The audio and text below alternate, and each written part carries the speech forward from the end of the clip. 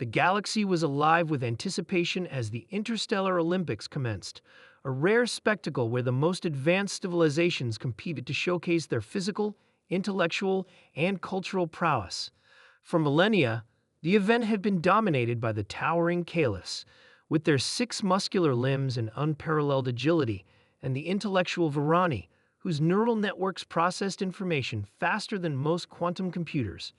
Humanity, a species barely known beyond the Sol system, had entered the tournament for the first time, an act many in the galaxy saw as either audacious or laughable.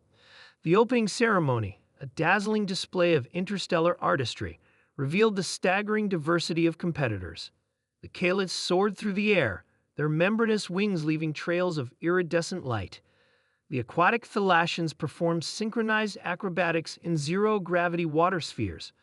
When the human delegation entered, however, the crowd, a mix of thousands of alien species, fell silent. Humans, clad in sleek but simple athletic uniforms, seemed unimpressive. Their physiques lacked the raw power of the caliphs, the fluid grace of the Thalassians, or the mind-boggling auras of the telepathic Litherans. A murmur rippled through the crowd. What could these fragile-looking beings possibly contribute to a competition of this magnitude? The trials begin.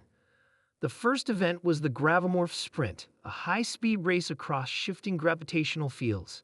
Competitors needed not just speed, but the ability to adapt to sudden changes in gravity. Halos, naturally attuned to gravity flux, were the favorites.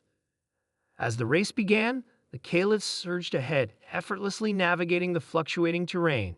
Humans lagged initially, their movements seemingly clumsy, but then something remarkable happened.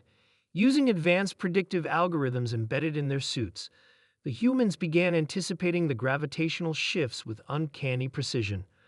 Relying on both their adaptability and an innate resilience to rapid changes, they gained ground.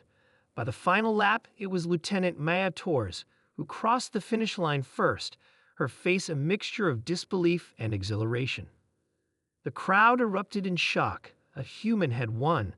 Whispers of curiosity replaced the earlier derision. The caliph leader, a towering figure named Javrak, narrowed his eyes but said nothing. Strategy and cunning. Next came the Midnet Challenge, a test of strategic thinking and problem-solving. Competitors were immersed in a hyper-real simulation where they had to navigate their way out of a labyrinth filled with puzzles, traps, and enemies.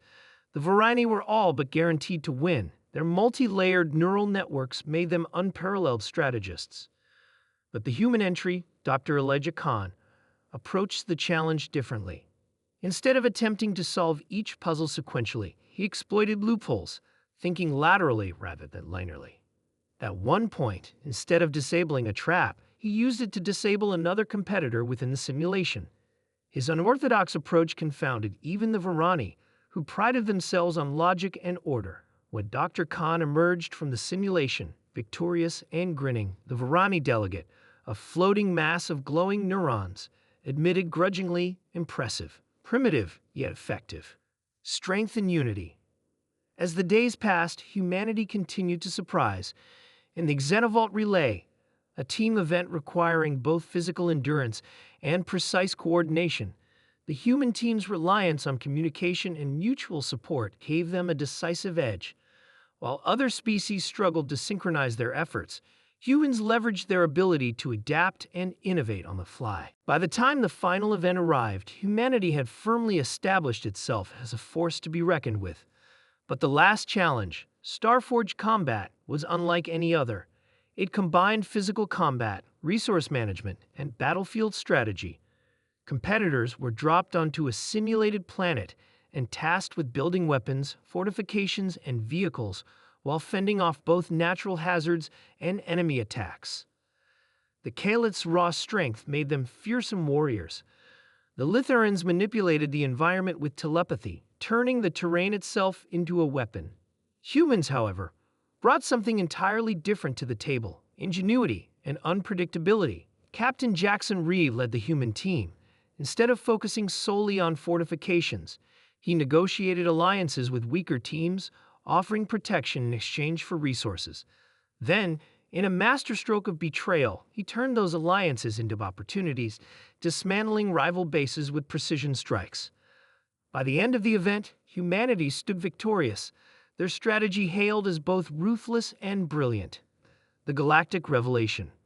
When the medals were awarded, humanity's anthem echoed across the cosmic stadium.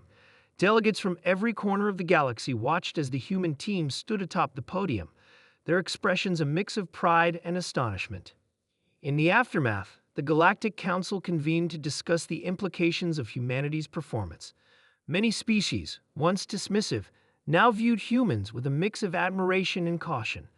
The Varani ambassador summed it up best. Humans may lack the natural advantages of others, but they possess something far more dangerous: the ability to adapt, innovate, and thrive under pressure. As humanity returned to Earth, they carried not just medals but a newfound respect from the galaxy. For the first time, they had shown that their greatest strength wasn't in their bodies or even their minds, but in their indomitable spirit. The Interstellar Olympics would never be the same.